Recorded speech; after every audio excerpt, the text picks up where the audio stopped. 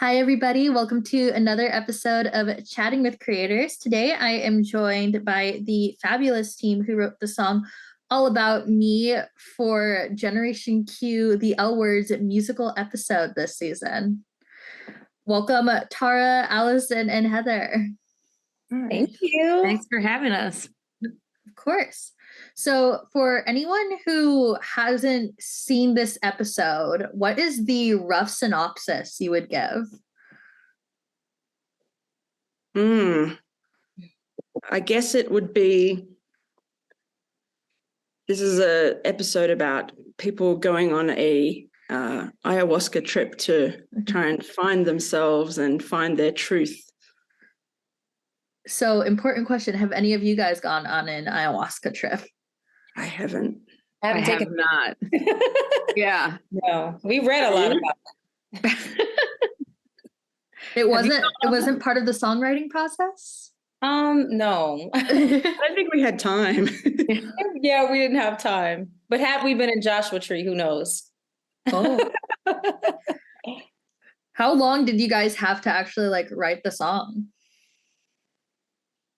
Well, there were about 6 songs in total. So how long would you say from when we got the call to when we had the demo? I mean, it was fast. Probably about 6 weeks, I think. But from just the demo to have like a delivered, 6 weeks all together, including the demo and the final. Yeah. So from when we started writing, sorry, Tara, go ahead. I was going to say for All About Me, for this song in particular, it was a day. Oh, yeah, we wrote it. Yeah. This one really came together lightning round for sure. Yeah.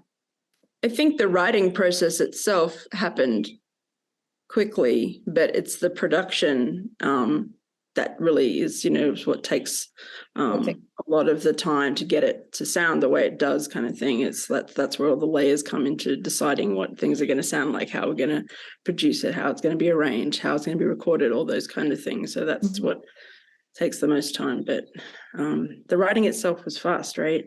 We had a aha moment. Yeah. It was really symbiotic and like it felt charmed in a way, we'd talked so much about story and then diving in together. I feel like that was, and we all worked in the same room together. We met at Alley's. It was kind of our first opportunity to be together in a space after the past 3 years of not having, strictly Zoom interactions. So just being together, sitting at the piano, sit with a microphone and really sketching out the initial song. It was lightning round fast. Yes. Amazing. In addition to being a great songwriting partner, is Allie a good host? Yes. Allie is a good host. Yes. But Heather is the hostess with the mostest. She brings hosting with her. So Really? Yes, she knows all the great restaurants. She's our orderer. Yeah, I'm a good orderer. I like to bring the snacks. The greatest restaurants, like where I drive from the valley back to where wherever the road takes me to have one of the restaurant recommendations. So that's we try to keep it, it's good to have all the power up for the songwriting and get it together. Food is important. Proteins. Yes, that's right. Oh my gosh. Okay. Well, I'm going to be back in Southern California in July. I will be asking Heather for restaurant recommendations. I'm here for you. Go into session. Yeah. I'm ready. Yes. Okay. So what were your guys' first thoughts when you were first told about a musical episode? I know for me, I immediately start thinking oh my gosh, this has been such a staple of everything that is a sitcom or related to a sitcom since Buffy the Vampire Slayer. But most of them, in my opinion, turn out to be cringe fests. This one, not, nor Buffy. But that for me, that would be my immediate concern. What was your guys' first thoughts, concerns, excitements when you were we're doing a musical episode? I think it was fun.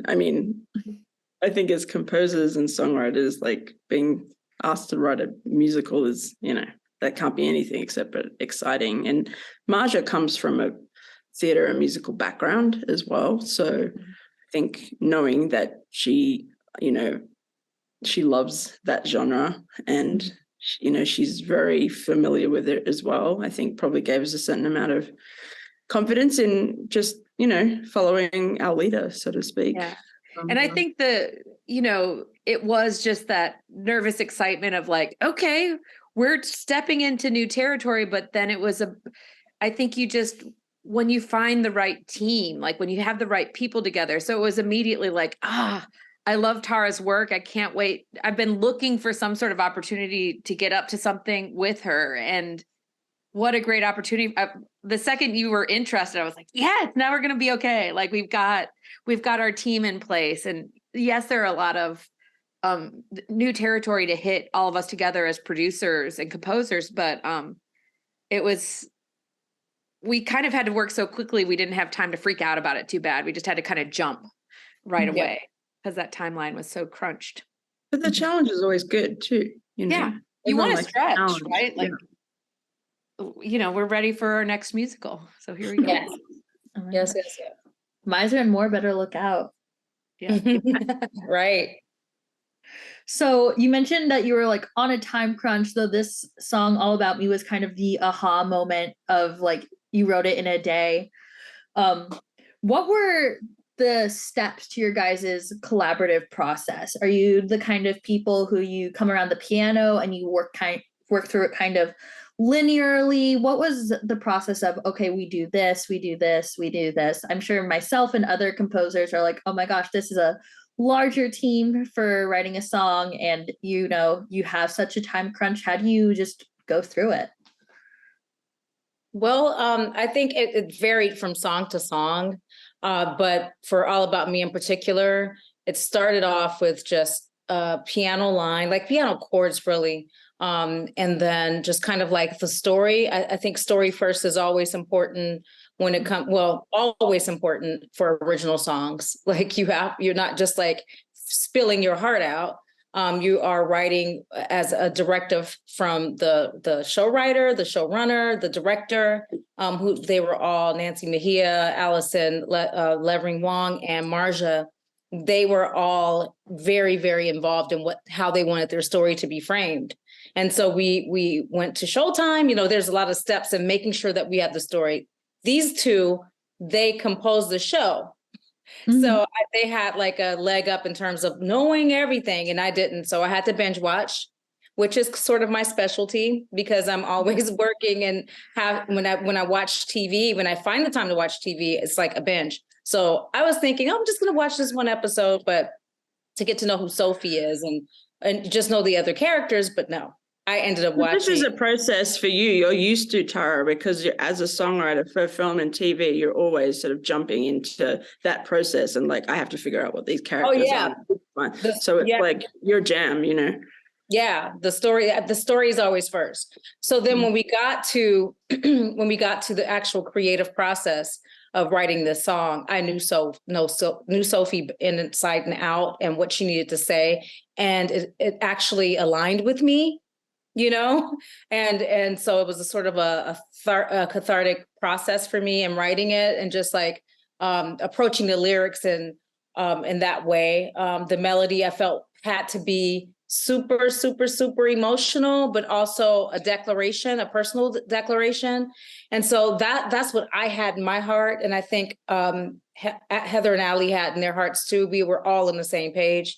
Mm-hmm. I remember we started, it just came out like, please don't speak were the first things that came to mind.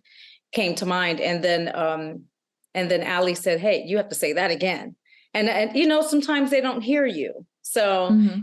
it was nice to be able to have that camaraderie and in the writing process where we all were on the same page, and it just wrote itself.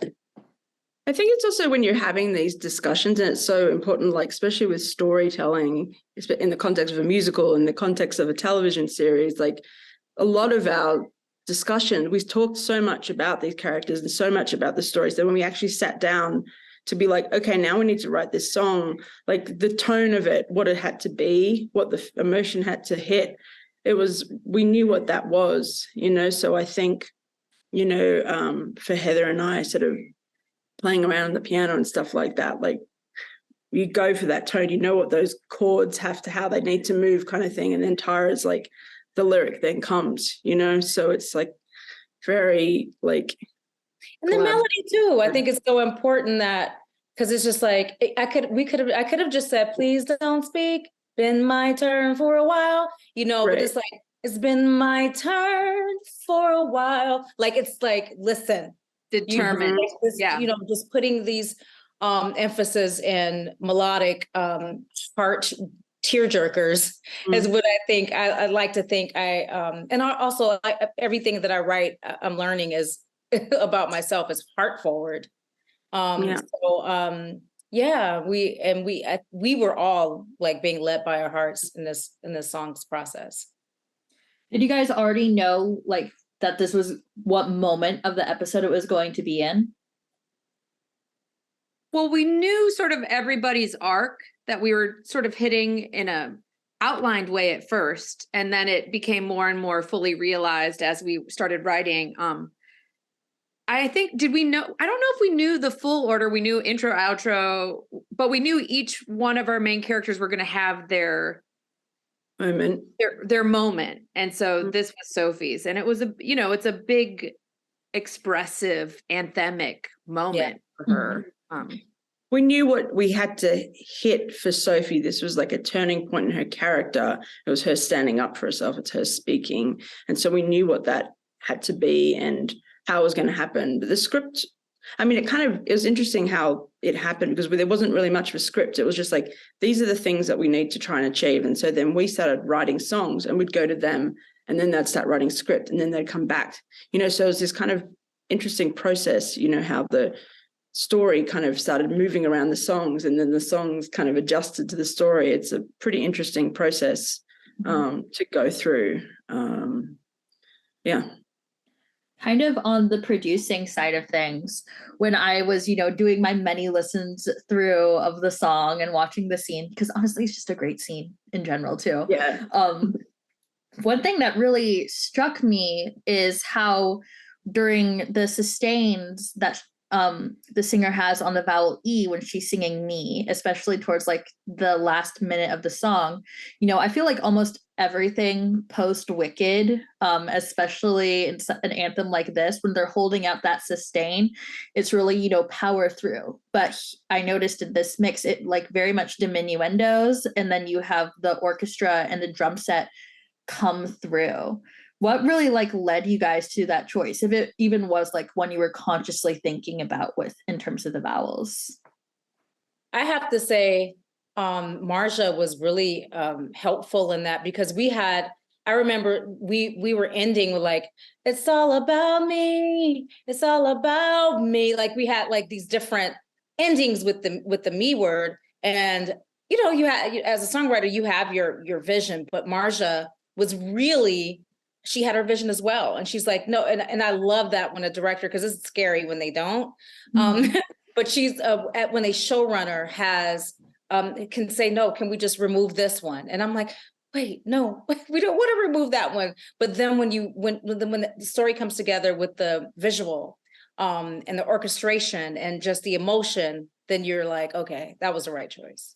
Yeah. And it's like the music is so driving and it's carrying through. It's like she's going on to a new chapter and she's walking through it. She's being celebrated. She's walking out the door, literally into this new unknown. Like, it's so exciting. I feel like the music is just like, she's getting carried along by that music. I think it's powerful. Yeah. And I think also like, especially like Marja's, I mean, we certainly sort of, had some, discussions with her about how this song, what the rise of it would feel like, so the song starts from this very sort of small place. And it was just like, this has to be like a huge crescendo kind of thing to the end of it, so she comes into her power kind of thing.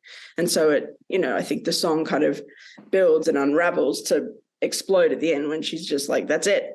Right. You know? Yeah, and there's something cool about that too. Like even in the re-recording mix, like the final mix of the whole thing, the show, when we're in that sort of 50s sitcom television space, it's mixed like really tight and mono and sort of like has a little futz on it to feel old timey. It's black and white. And then when the lyrics come in and the song sort of lifts us away, everything opens into this beautiful panoramic open space. And that like goes all the way through to everything being in color and the sound being the most sparkliest, biggest, you know, like it's everyone's playing a part in that storytelling, which is always so exciting when it threads And through. I think we knew also that it was going to start in black and white and then was going to turn to color as well, you know, so we knew that that was kind of going to hit as well at a certain point. So obviously that starts informing our like color choices and orchestration choices and stuff like that as well. So full disclosure, the first time I listened to the song, I was so confused with the beginning. Like I didn't even get through the song. Like, is there something, do I have the right YouTube link? Like, is this the official one? Because why is it mixed this way? Because I'm like, this doesn't make any sense. I'm like, this isn't how they would have mixed it in the studio. I'm like, I probably got the wrong link. So like I went back to my email and I like looked for the other link, even though I'd only listened to like the first 5 seconds of the song. I'm like, I'm not on the right page. And then I restarted my browser. So I'm like, it is the right link. And then part of that storytelling, that blossoming out. Yeah. See, I get that now, but at the time I was like, this is a glitch. It wasn't. I was like, what's wrong with my computer? did you just listen to the song as a YouTube leak with that was in because the song itself, the stereo mix is not like that, but if it's the one with Rosanna singing on the show, it is that smaller sound and goes bigger. It was on the show. Was the first link I was sent. Mixed in, starts sort of like mono. threads in and builds and builds and builds and builds. Yeah. But at the time I was just like, what? Why is my computer doing this? Yeah. It's doing it on purpose. Yes. No, it's just those composer ears. I hear it and I'm like immediately, my computer is set to stereo sound, isn't it? Oh my gosh. I love that. The other thing that really stood out to me is, as somebody who loves rap and has my entire life, was the rap break itself, because the second I heard it, I was like, whenever I hear rap in a musical, I'm so scared it's going to be like just another Hamilton, but it wasn't. I was like, oh my gosh, this is very like truly like almost popish rap. I heard it and my first thought was, oh, this reminds me of Nicki Minaj, like 2008. That's about, yeah. Wow. Yes. I think that was like, when we were talking about raps, that was definitely like a name that came up to her when we were talking. Right. Well, I mean, I love Nicki Minaj, but I love Kendrick Lamar and I love 3000 and I love T.I. And so I don't know. I was born in Alabama, so I love a lot of Southern rap. Mm-hmm.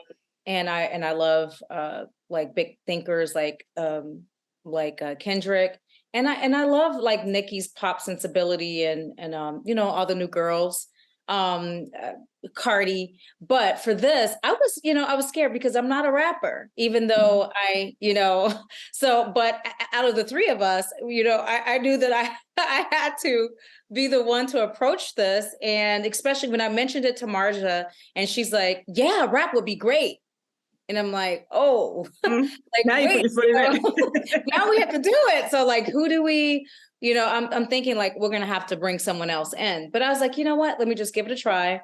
And also, again, I let it write from a space inside of me, you know? Yeah. And the thing about being a straight woman writing a queer musical, the thing is that, you know, sometimes I feel like, oh my God, like, do I have the authority for this? But then I realize that we have so many of the same experiences in this world, being limited, having limited access, not being able to love and marry who we, there's been so many things throughout history that we've been through together as a Black woman, so I was able to tap into my grandmother, and that's who was like my inspiration for this rap. And so my grandmother being biracial, raised in Alabama, born and raised in Alabama, at a time where she had so many of the same, just basic human decency that wasn't extended to her. And so I said, okay, like my grandmother was abandoned because of her being biracial, being left on a porch when she was a baby, so just being able to she was like so strange. She's still alive. She's 94. And I let her hear the rap and she was like, oh my Lord, she's very much a gospel woman. Like, oh Lord, I hope you mentioned Jesus in there somewhere. But but I was so pleased with the outcome. It was kind of like a hurdle for me. The only other rap that I've written many raps that never made it out the door, but this is my second rap that actually the world got to hear. So and the first was for Brandy and for a movie I did last year. But I was really pleased, and I'm more so extremely pleased with Rosanna. And when she did the rap, I couldn't even believe it. We did not punch. She did it from top to bottom. And I just learned yesterday that she just learned it the day before. I didn't know that. Oh and my so gosh. she knew it. And when we were like, that's great, she's like, no, let me do it one more time. But we really could have kept the first pass. Did you guys already know that she could rap? No. We knew she could sing. We knew that she was a singer for sure. Rapping, no, but she just went for it. And we were like, okay. Yeah. I love it. Great. She knows what she's doing. Great. And I think when she was rapping, because she's from I think Brooklyn, she has this Nicki Minaj thing in her voice. And so I'm like, wow, she's like, if anyone's doing a Nicki movie, call Rosanna. I don't know if Nicki would let anyone else play Nicki. Right. You're right. Maybe right. Maybe so. But she could do it. She could. She did. No, yes. When I heard because I'd heard Rosanna sing before, and so when I heard the song, I was like, has she ever rapped before? And I couldn't find anything online, and so I was like, oh my gosh, I would never have guessed that she wasn't, like a previous performing rapper. She did so well. Same.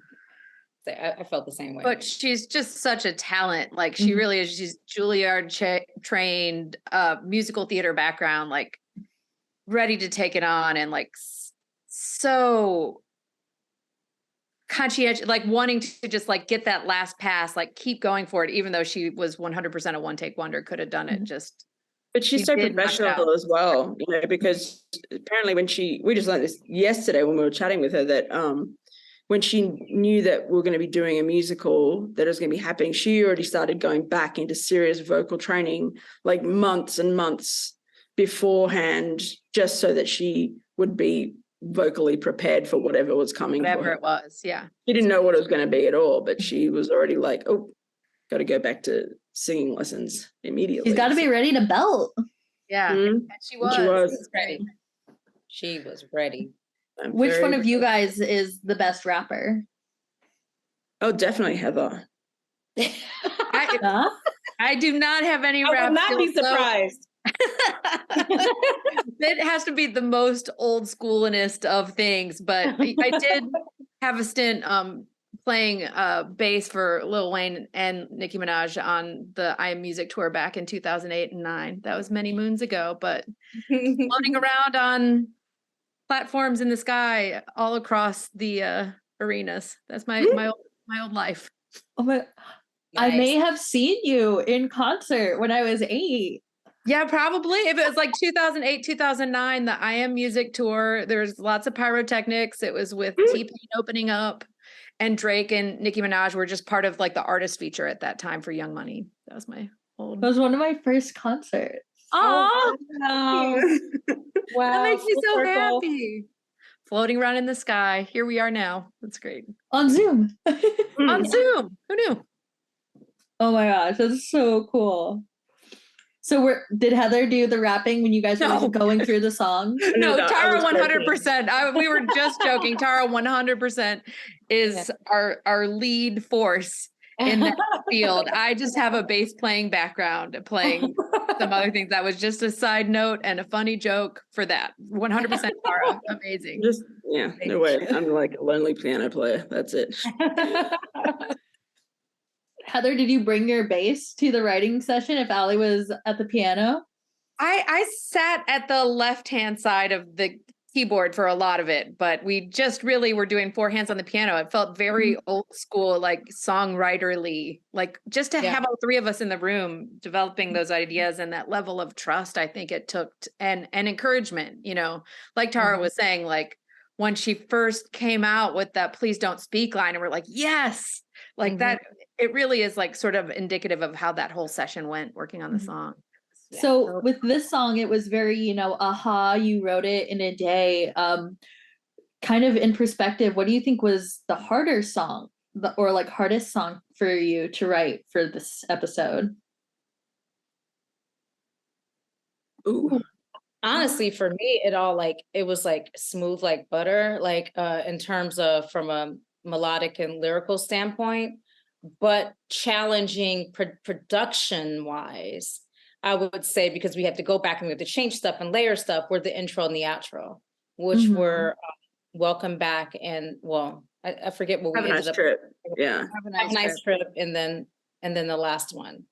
And so those were just kind of like find the right space for layering the vocals and then making sure that the story, I'm like, wait, okay. Like when that's the only time that we may have gotten tripped up on like, wait, so they taken it in this point and at the end, really not being clear on like, should we be talking about where they're going next? And so once we got the clarity, it was easy enough. But to be honest, the environment that was set for this musical,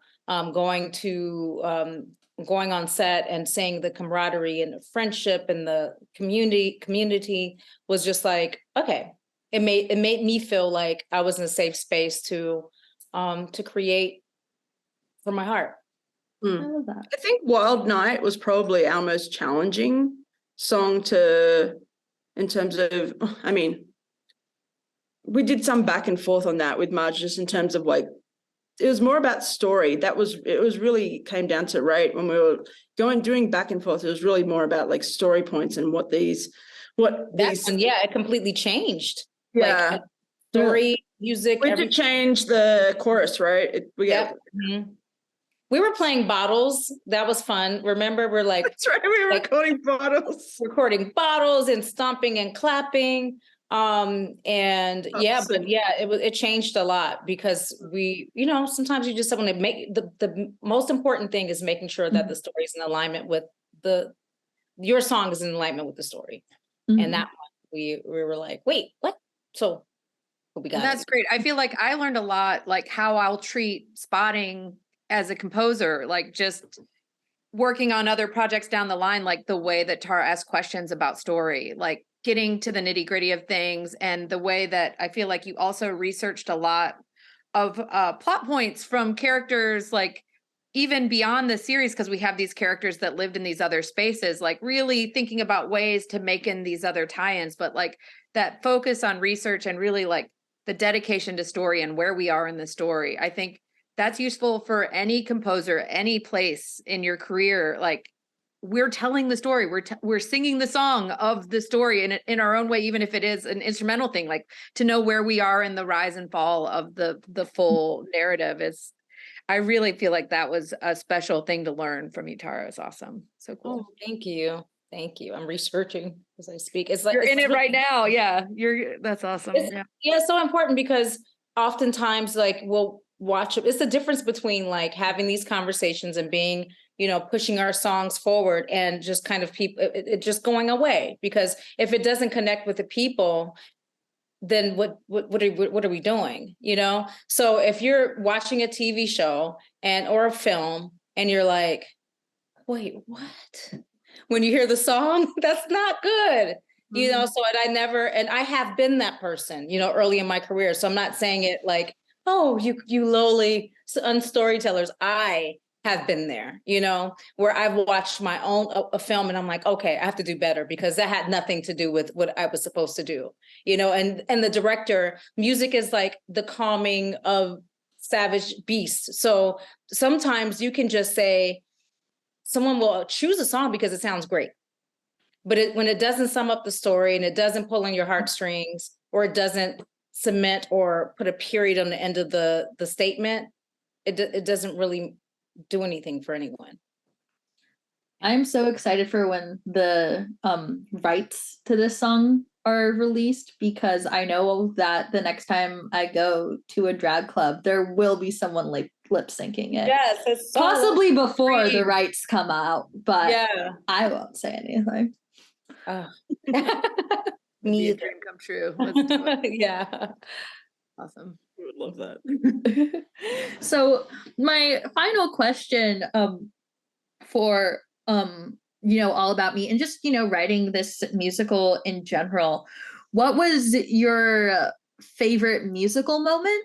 And if you were to start the process again today for another musical episode, what's something you would do differently, if anything? What was the first question? Sorry, what was your favorite? What was your favorite musical moment? In the episode? In the episode. Like where you're like, oh, I just love when this happens. Oh, I see. Got or like this chord change is amazing. Like, okay, I'll go. I mean, All About Me was my favorite musical moment. If I could have two, I would say Perfect Life is just like it pulls on my life, on my life, on my heart. And I love Aaron Daniels coming back like into the fold, because I had binge watched the first iteration of the show and then Generation Q. So having her back and standing next to her and talking to her about her life, and just like that whole experience was just beautiful. For All About Me, for just following It's All About Me. Da, da, da, da, da, da. I just love that string line. It just like it just like, I don't know, it falls in the right place. Right after that, visually, Sophie is throwing her napkin down and she's jumping up on the table is my favorite moment. I just love that she's just like, she's really into it. I don't need no one, like it was the perfect scene, perfect moment with an S. Mm-hmm. Yeah, I think seeing how Rosanna performed it, someone described it yesterday. I think it was Laura Cartman described it yesterday. It's like the perfect blend of like acting through the song, and it just felt very natural, like you were with her fully. And it really is like, after watching it again, after taking a little time away, like I was like, I have goosebumps. I still have goosebumps. It's so wild. Yeah, so that was really special. And also just like watching the process of working with the choreographer and like seeing those steps, like seeing the background dance performance, like the whole, like being part of the whole process, like jumping in early and getting to watch those early passes, rehearsals of the dancers. Like, God, it's so thrilling to see people. They're dancing to our music. We are the musical. It's so amazing. That was amazing. I think, I mean, it's so hard to pick. I think for me, probably, I mean, I love All About Me. Obviously, I mean, it's certainly the star of the show, but I think for me personally, Nobody Is You is probably maybe my favorite moment. Just, you know, having come from the very early days of the L Word and growing up with that, you know, the story of Alice and Dana is kind of like, you know, such a heartbreaker kind of thing. So I think that moment is like, it's so Alice, like you really see Alice in the most vulnerable space maybe that we've ever seen her, you know. So I think that was great. And I think doing all those doing all the orchestration stuff for that song was a real like thrill. I found, like, I thought it was just such a great thing, you know, recording it all and everything. It was just it was very overwhelming and very exciting. Yeah.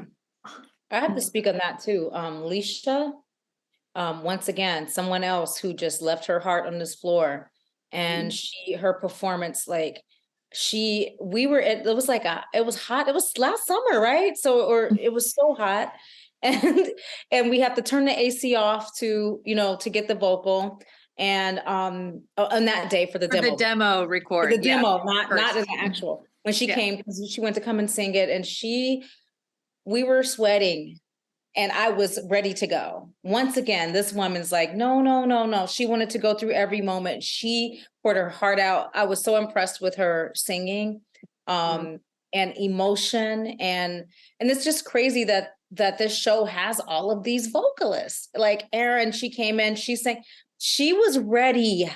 She came in like to our big recording session, and she knew every word, every nuance, and everybody was just so prepared.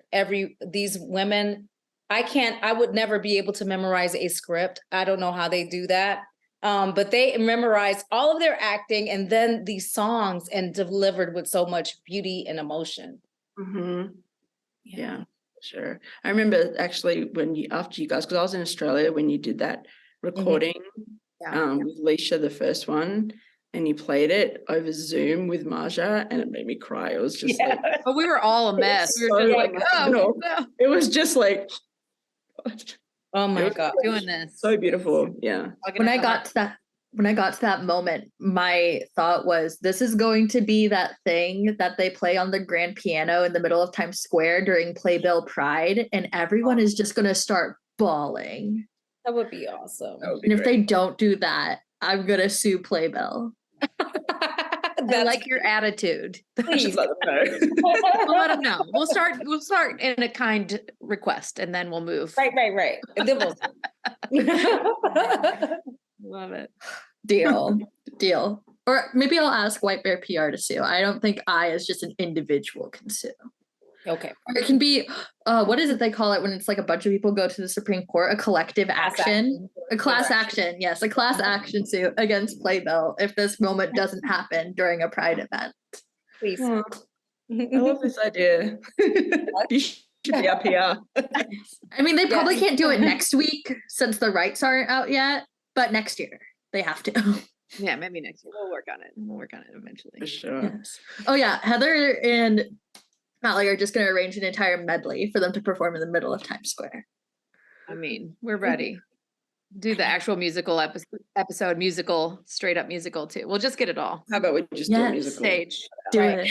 How about that? Are you guys, would you guys ever want to just like, now that you have your team and you have your flow, would you just go write a Broadway musical? If you had time? Absolutely. I mean, I think it's definitely like, for Allie and I know we've sort of like scratched a bit of an itch and like could get back in there immediately. I know Tara's has her sights for sure. I think it would be amazing. And with Marja's background too, like I have no doubt that this is going to happen again.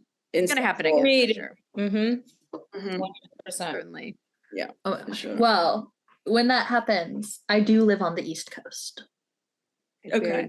Get out there. We'll call you when we get there. Yes. We'll be waiting for you. Yeah. Deal. Well, thank you guys so much for joining me today. This has been a great chat. As a queer woman of color myself, this musical was just so relatable for me, and I just love that it exists and is visible for everyone to see. And just thank you for your hard work on it and just for being great musicians in general. Thank you so much. Thank you for watching it and taking the time and appreciating it. It really means a lot. Yes. Yeah, of course. All right. Well, thank you guys. Have a great weekend. Bye. Bye. Bye. Bye.